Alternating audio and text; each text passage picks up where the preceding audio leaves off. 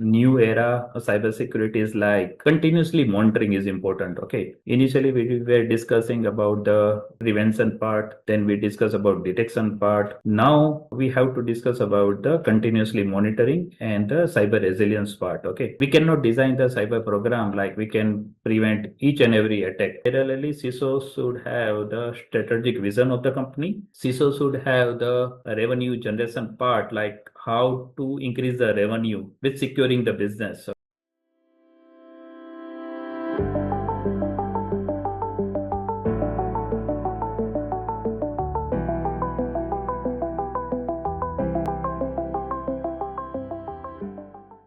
Hi everyone, thank you so much for joining us today. You're watching the mainstream. I am Simran Shiwalkar, your host for today, and today we are joined by Mr. Divan Raimagia. Firstly, Divan, thank you so much for joining us today and being a part of the series. Thank you. Yeah. Hey, absolutely. Let me take a moment to share a few things about Divan. With over 18 years of experience spanning IT services, critical infrastructure, Divan has established a strong reputation for designing resilient cybersecurity frameworks, driving OT as well as IT security convergence, also shaping programs that scale well with business transformation. His approach blends technical depth, risk intelligence, and pragmatic leadership, making his insights very much relevant as cybersecurity today continues to redefine organization strategy. I am excited to drive this dialogue with him. So, without any further ado, let's begin. Divan, firstly, let's lead with your experience. You have navigated cybersecurity across global service organizations. You have also led complex enterprise environments and now critical infrastructure. You're heading the cybersecurity at Adani Green Energy Ltd as a CISO. What experiences or inflection points have most shaped your philosophy today as a security leader? Can you take us through your journey as well? Yeah, sure, Simran. So yeah, during like 18 years of experience, started the journey with basic cybersecurity stuff and networking stuff. And initial days, my priority was control-based cybersecurity program, and based on the framework, implement the control in IT environment. But my inflection point where I joined Adani as a critical infrastructure system, where we are managing the large power plant, and yeah, energy sector is considered under national critical infrastructure of the India. And then my inflection point come, it's like business is a first priority and security is there, but security must be the business enabler over here. And it's not like a traditional checklist based control I have to apply over here. So here business resilience is important, and there is no downtime of the business. It is a priority. So OT comes over here. OT security comes in the under this national critical infrastructure security, and that's why availability is a priority. Okay, confidentially it is a third priority over here. So that is a change where I manage the security for the large enterprise like Adani national critical infrastructure we are managing. That time not only security is sufficient, we have to be like strategy, where to invest, ROI part, how to secure, and correlate with the different stakeholder and apply the security program. Okay, so we are securing the electron. Okay, because we are generating the gigawatts of the electron. So now this is not securing the data, here is securing the electron as well. So we are generating the not only green electron, we are generating the secure electron as well. So yeah, this is all about the my inflection point and my experience where I working from the corporate network to the enterprise network like Adani and managing the large scale critical infrastructure program of our India. Okay, absolutely, and thank you so much for answering that, Divan. Next, I want to understand from you. You have overseen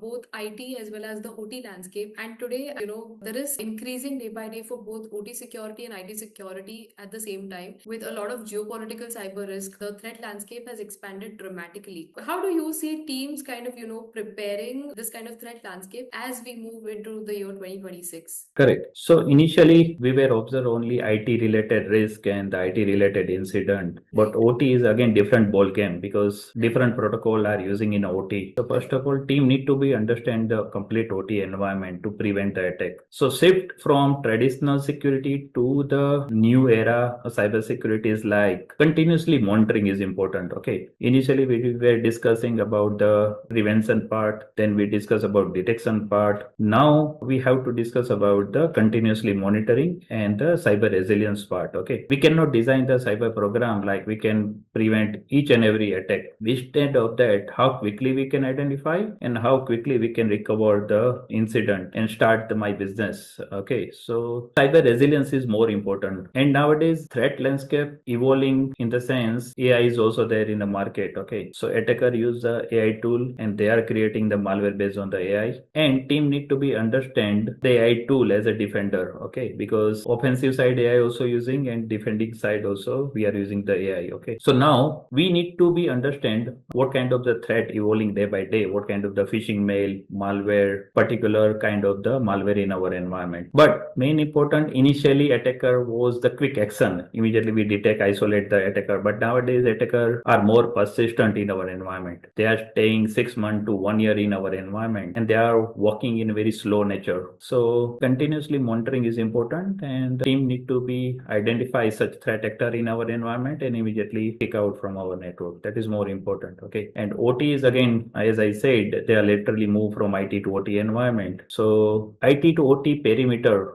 should be the strong wherever initially air gap network was there, but now this is not a case. Now OT is connected to the IT and any system infected in IT network, laterally attacker move from IT to OT network and the team need to be detect immediately then and there and isolate from the network. Means respond fast in such a case. Okay. So yeah, otherwise it will be the direct impact on my critical infrastructure and they Right. can trip down the power grid as well. Absolutely. And speaking of which, with rapid IT and OT convergence, like you just highlighted, identity first security, whether it's zero trust adoption or the XDR developments that organizations are thinking, when it comes to their foundational security design, what architectural principles or basic frameworks will, shape the next decade of enterprise security from a CISO standpoint? Okay, so architecture wise, industry standard architecture generally we are following. One is IC 62443 or NIST CSF. This kind of framework we are using where we are managing the OT security. But as you said, XDR, identity, zero trust. So these are the core foundation. Okay, so I consider three layer. One is identity layer, second is a continuously monitoring layer, and third is a resilience part. So based on that, I designed my framework where zero trust framework now is the time to apply in OT network as well, not in IT. Okay. So each and every Right. component in OT, SCADA, PLC should be authenticated before applying the or before accessing the any device. That is one part. Second, as I said, log correlation through AI. So we have to collect all the logs from the OT environment and correlate in our SIM tool. That is more important. So that is the detection part, which I called as a continuously monitoring. Okay. So XDR, EDR, SIM tool. So these are the detection tool. On that, my team need to be work and continuously detecting the kind of the threat actor. And third, I cannot believe like security attack will not occur in my environment. I firmly believe like if we are in the internet, if we are connected in the IT, attack will happen in any point of time. But my stream should be stronger, like as a resilience part, as I mentioned multiple times. It means how quickly we can recover our system. That is more important. So we should have the proper incident management plan, cyber crisis management plan. We should have like DR drill we need to be performed, timely manner, tabletop exercise, attack breach simulation exercise we need to be followed. So third part is my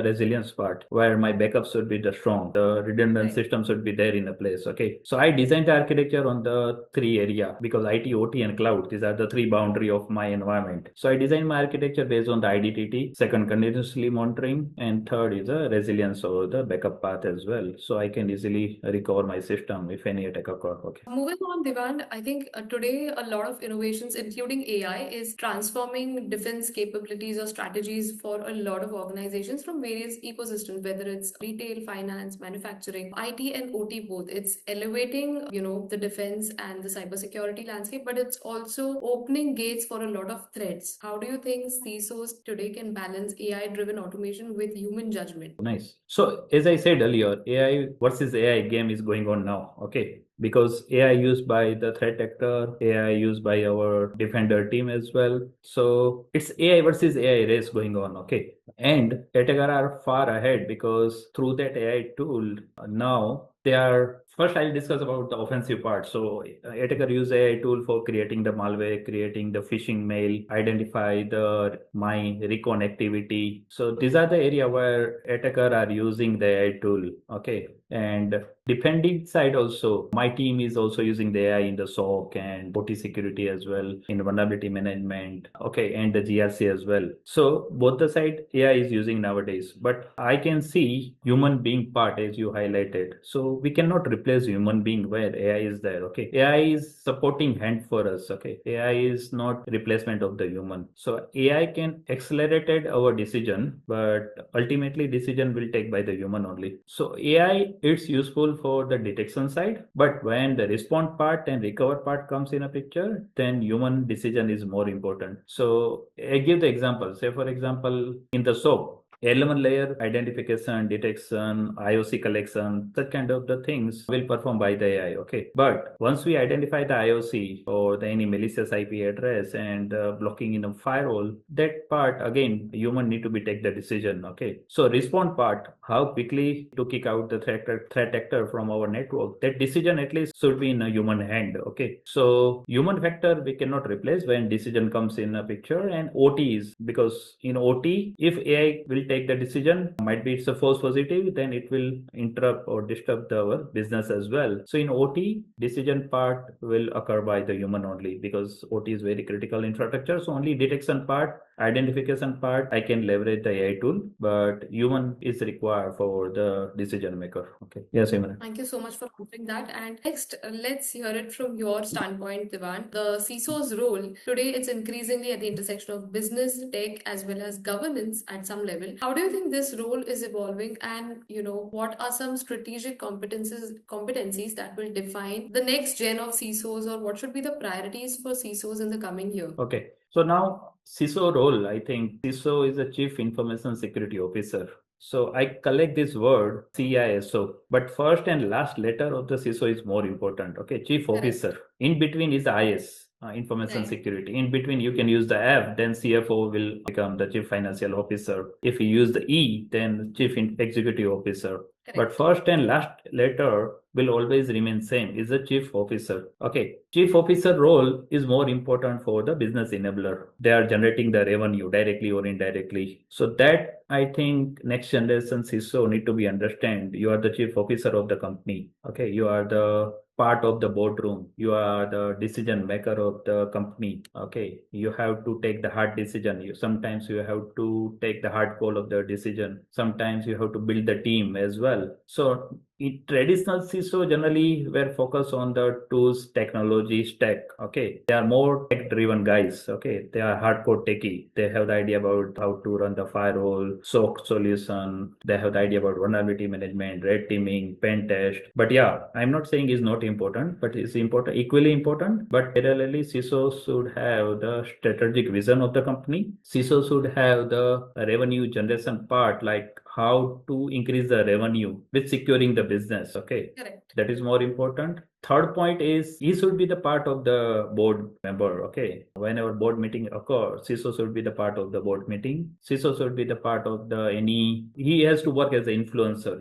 He should be the part of the any decision happen in the organization. He should be the part. Okay. Because each digital twin model or digitalization of the company, CISO role to embedded the cyber in each and every digital project. Okay. So it's not only tech tools and technology placement in the organization, but instead of that, he will define the strategy how to embedded cybersecurity in any business digital platform so business can run securely. So it's like chief trust officer nowadays I called. Okay, it's not a chief information officer because now business trusting us. Okay, business will so each and every decision in the cyber side they are trusting on us. So we are the trusted advisor or trusted partner of the digital journey of the organization. So nowadays I call as a chief trust officer. They are trusting us. So Next gen CISO should be understand not technical part, but more than the technical strategic part, budget management part, decision making part, communicator, storytelling part, because high level management will not understand the technical jargon. The CISO should like the storyteller. He has to convince the board with the storytelling incident. Right. Okay. So these are the symptoms or the attribute required by the next generation CISO to become the successful CISO in the enterprise or large network. Okay. And any top priorities,